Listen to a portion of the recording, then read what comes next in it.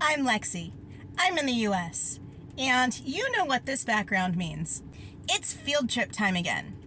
Today, we are going to a farmer's market. I have never been to this farmer's market. It's an indoor-outdoor market, which is a good thing because it's supposed to rain today. But it's looking pretty sunny right now.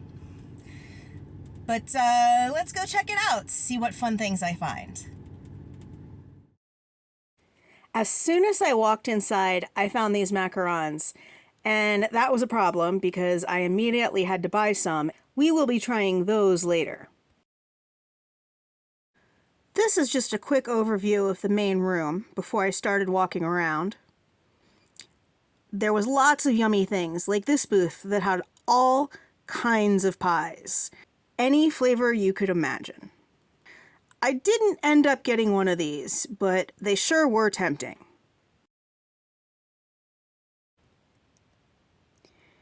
Here we have all kinds of pretty flowers. This booth had all kinds of books on gardening and bees, and they had a couple cute little giveaways that I grabbed. There was that little stick with a bee on it and a little bee finger puppet. I colored the stick and put it in my herb garden. I'll show you. Here's the little guy after I colored him in. And here he is in his new home. This booth was selling flavored honey sticks and local honey. And this is bee pollen, which I actually used to give to my pet bird as a dietary supplement. This booth had all kinds of cacti and succulents. I was really tempted to get one because I know they're supposed to be easy to grow. And then there were some lovely candles. Pearl oysters, blue oysters, golden oysters, and rose oysters. All these are amazing, just fried up in oil and butter. You just get them golden brown, they're really versatile. These are called lion's mane mushroom.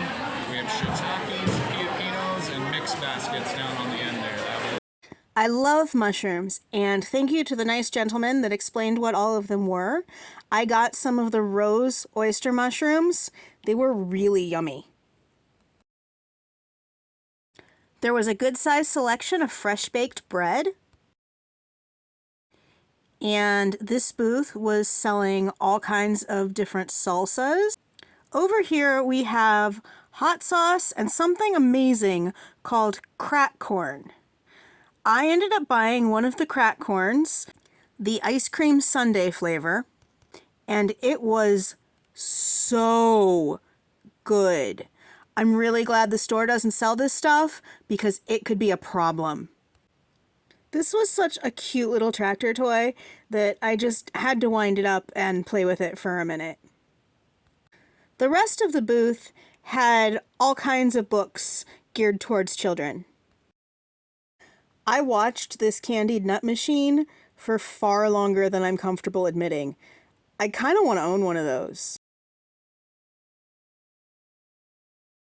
And of course, what farmer's market would be complete without handmade soaps and candles?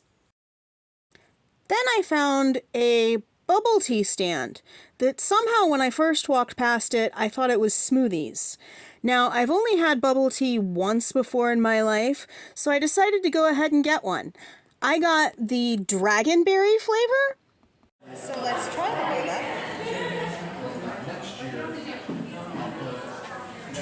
Oh, that's fun. Outside, there were even more yummy baked goods. I got some peanut butter cookies. I'm always on the hunt for the perfect peanut butter cookie. Is that something you guys would be interested in watching? The search for the perfect peanut butter cookie? And of course, no farmer's market would be complete without lots of fruits and vegetables. At this stand, I picked up some of that bok choy and some of those daikon radishes down there. Those are kind of hard to find in my area, but I really like them.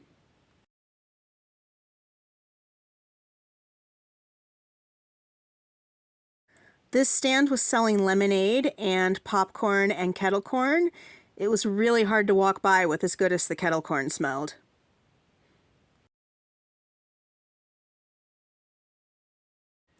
Here we've got more fruits and vegetables. At this stand, I bought some of these beautiful cherry tomatoes. The colors were stunning. Another vegetable vendor. This one I didn't buy anything from, but everything still looked really good.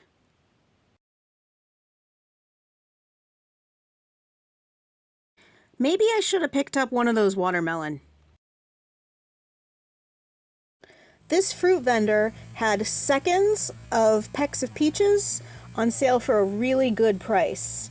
So I went home with 2 of them. Well, that was a nice way to spend a couple hours.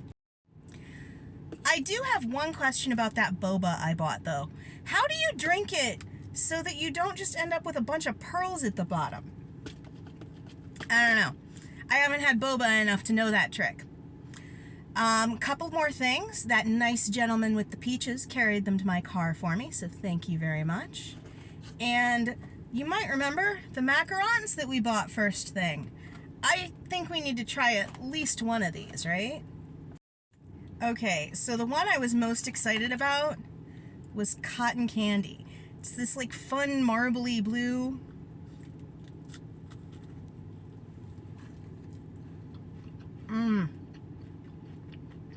I love cotton candy. But you guys know that by now. They're hollower than I'm used to seeing macarons. I don't know if that means that this is a good one or a bad one, but it tastes good. I really should try and make macarons. I've never done it before. Would you want to see that?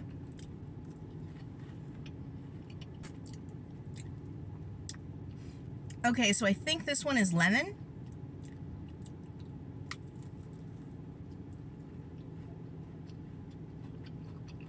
No, this is the banana. I forgot I bought banana.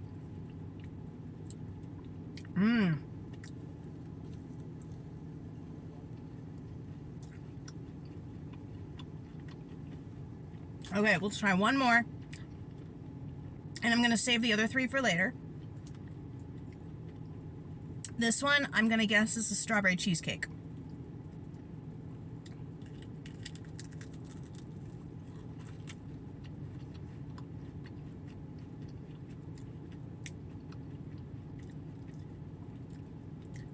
Not overwhelmingly flavorful. That one's kind of a disappointment. The banana had a lot of flavor, but there's something about macarons that I love the texture and how delicate they can be. They're good macarons. Not the best I've ever had, but I mean, it's not like they're gonna go to waste. And I will put in a voiceover here how the other 3 flavors were. So that one that I thought was strawberry cheesecake must have been raspberry lemon, because the actual strawberry cheesecake was very strawberry-y, but didn't have a lot of cheesecake with it. There was also a butter praline that had the best texture of all of them, but the flavor was a little overwhelming after a while. The last one I had was a lemon bar flavor that was filled with lemon curd instead of buttercream. And that one took me right back to childhood of eating my grandmother's lemon bars.